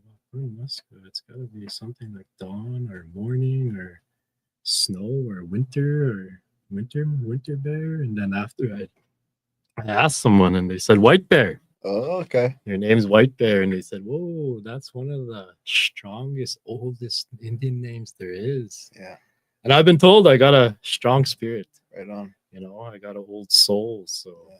Old pretty. soul. Yeah, I got That's an how I old feel soul. of you, Yeah, yeah. I got an old soul. And my partner's like that too. So That's good. we have good vibes with each other and we Right have on. good conversations. We butt heads like a normal couple, but we Yeah. work through it, you know. Yeah, We that's could be how it stubborn is. our ways, but it's good to Everybody talk has an about opinion. things. Yeah. It's good to talk about things. Yeah. You guys are doing Yeah. really good right now. One day thank I you. would like to have both of you on the podcast Yeah, to talk about, sure. you know, obviously like what we're doing right now, it's just it's about men, you know, men on their healing journeys, breaking the silence, speaking about stuff we don't talk about and just letting the load off of what you're holding in. And when you talk about things, it gets easier and easier and easier. And the conversations, like I know it's just me and you, but imagine if there was two other brothers like Yeah, ourselves right exactly. here, and we're all talking, and it's going around, and just it goes on and on and on, and it's just been me and you, and we're already on. Man, we're almost at an hour and a half, an hour and Oh, 45 yeah. minutes. Time Yeah. just flies. So I just want to, before we end the podcast here, for everyone that's watching, and just for yourself, reminding yourself and bringing back that moment in life. You've been down that road. You've been down that trying road. Now you're building. But during that time, and if you could give a message to somebody right now, because even though we only just like, even if it's just one person, that it's one spirit, like I said earlier, if one person we change and be like, okay, maybe I could do it. That story inspires me. Even if we could just touch one heart, one soul, one spirit, we're doing our job here. That's right. We're doing our job. And this is good ripple effects. All the stories we talk and how to walk in a good way in all areas of our life. So take it back.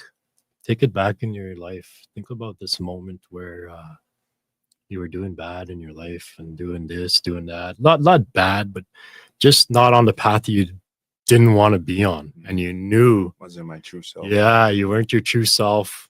If you could think about a one moment in your life where you said, hey man, this is too much, what was that pivotal moment, and what did you kind of say to yourself, and what did you do, what tools did you kind of use for yourself, just to kind of end the podcast and think about that moment and what it means to you. Well, you get a little deep here. As for me, obviously, I've always wanted to quit. You know, when you're doing bad stuff or in that life.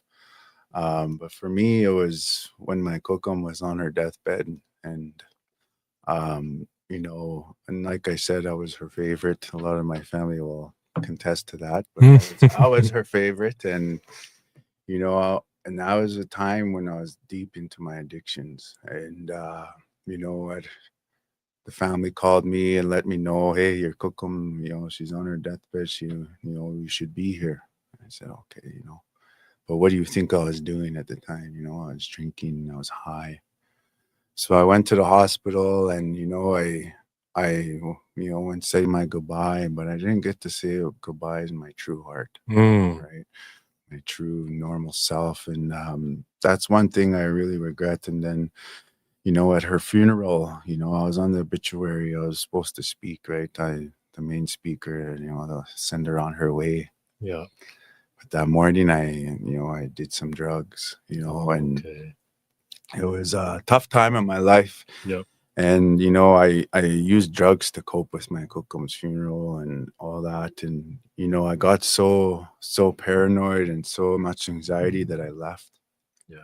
And I didn't speak at her funeral, and I didn't send her on her way. And I always told myself, how can you do that to your kokum? How can you Yeah. disrespect her? So a little bit of shame. You're Shame, feeling and it was shameful. hard. It was super Yeah. hard. And that was one of the times where I really, after that, the next day I woke up, I'm like, what am I doing?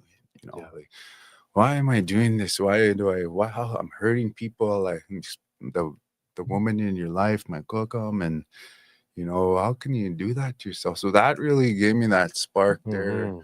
And then another was with my wife. My wife now, Trista, she, we drank in our first couple of years together, and it was the arguments and me taking off, and it's her not knowing where I was, and putting that pressure on her, and those thoughts, where is he? And and I love her, she's Yeah. she's been there for me, and she's through thick and thin, You guys are a good taking me team. back, and like, so that was another one. And so I just read a book, and it was called Calling My Spirit Back, and by Elaine Alec. And just that was it right there. I knew I had to change. And as soon as I stopped, good things started happening. Yes. Like, Yes.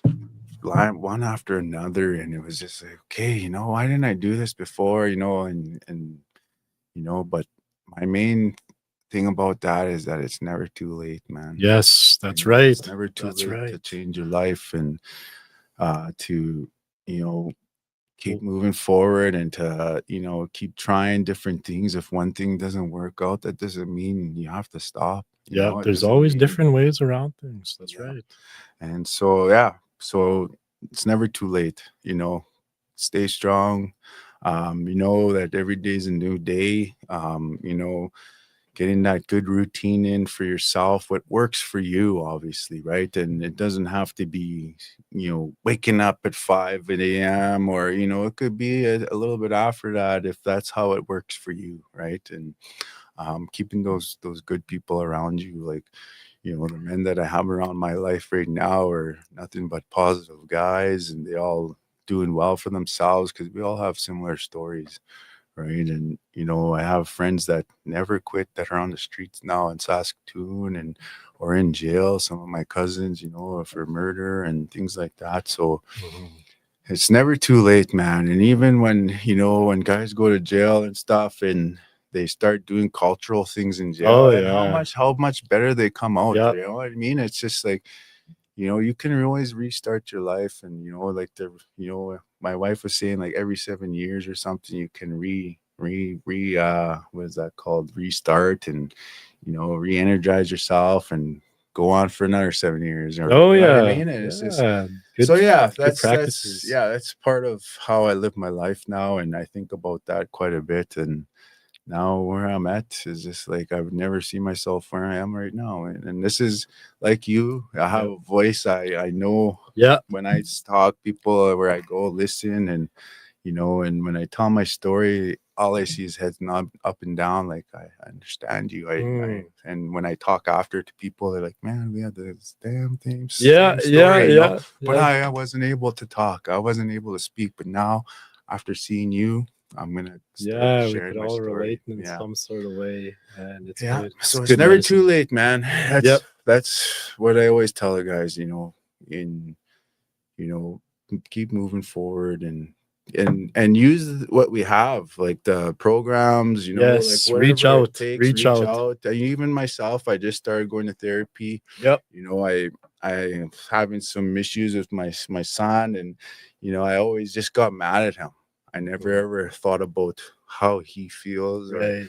what he'd been through with a single mom as well, and how he was, he's a gamer, right? But that was where his friends are and everything. And when he did that, I would just get mad because I think I always thought it was taking him away from things, and Yeah. so I take it away from him, right? And still to this day, I try not let him play it in the house because when he does, he like gets a little sluggish and doesn't go to work, and Yeah. so I have rules too, right? So Yep. setting rules for yourself, structure, and and I love him. I love him so much, but I have to have that rule set for him because I never had that growing up, and that's the way I went, and then so I try to give him that structure. He doesn't like it sometimes, but I stay put on it, and he's gonna thank me when he gets older, I feel. And I just think that way, that positive way, like he's gonna thank me, and we're good buddies, we're friends, and even though he's my son, we still have that friendship relationship, but we butt heads just like anybody else, right? But I still stand strong on, having that structure, and that it's never too late for me to change, and going to therapy has helped me, right? So yeah. That's good. That's good, brother. Thank you, man. That's powerful. Yeah. It's powerful stuff. We do have a choice. And I guess just closing the talk, I just want to say thank you. Thank you for showing up. And to everyone listening, thank you for tuning in with us. I know I don't really have the comments and stuff figured out yet, but I will. I've been kind of looking at my phone here and there and trying to see if there's comments and stuff, but I'll get better at that. I will. I'm getting better every time I'm here, and that's all we can do is just get better every day. So I'm just rolling with it, not being hard on myself. And thank you for my brother Ken for showing up, sharing his heart, sharing your story, and your strength. It's powerful stuff, man. This is what the healing generation is about. Men coming together, being honest, being real, and showing that healing is possible. We're not here to be perfect. We're here to grow, to learn, to listen to each other, to walk a better road than the ones that we were on, the ones we came from, the ones we learned. It's about breaking that silence that we kept in for so long. Every day we have a choice. Every single day we have a choice to be better, a choice to break cycles, a choice to show up with love, discipline, with compassion, and to serve one another, right? A choice to be just to do better for ourselves, for our families, for the generations that will come after us, our kids, their kids. The healing, not easy. Not easy at all, but it's worth it. It's worth it. It's so worth it, and none of us have to walk this road alone. You don't have to, reach out. There's so to every man listening, keep going. Be gentle with your spirit, be gentle with your spirit. Love yourself. Be kind to yourself. Learn to speak your truth. There's people like me and Ken that are here for you. There's the wellness center. There's the book, like the Calling Your Spirit Back. You just named the book today. Calling Your Spirit Back by who? Elaine Alec. Yeah, so we'll just note that. Yeah. If you need something, there's something right there. That's what helped me. Just reading a book. Be kind to yourself. Speak your truth. Ask for help when you need it. Don't be too proud. Don't be too proud. Don't carry that pride inside. Stand strong, but also learn to soften your heart when it matters. Learn to show your heart. Learn to have a light heart. We're the healing generation. We're the generation of healing men, and it's about time. We're the men of spirit and strength. That's what I got right there. I have it as a tagline, but I'm learning how to do this. So together we're building something better. We're building something better. Brotherhood. For today, for tomorrow, and for the ones yet to come. So thank you for joining us. Everybody that's tuned in, stay blessed, stay grounded, and walk in a good way. Oh. There we go. I think I ended it here. Oh, play outro and stream. Yeah, I'm learning. See, I'm learning. Peace, everyone.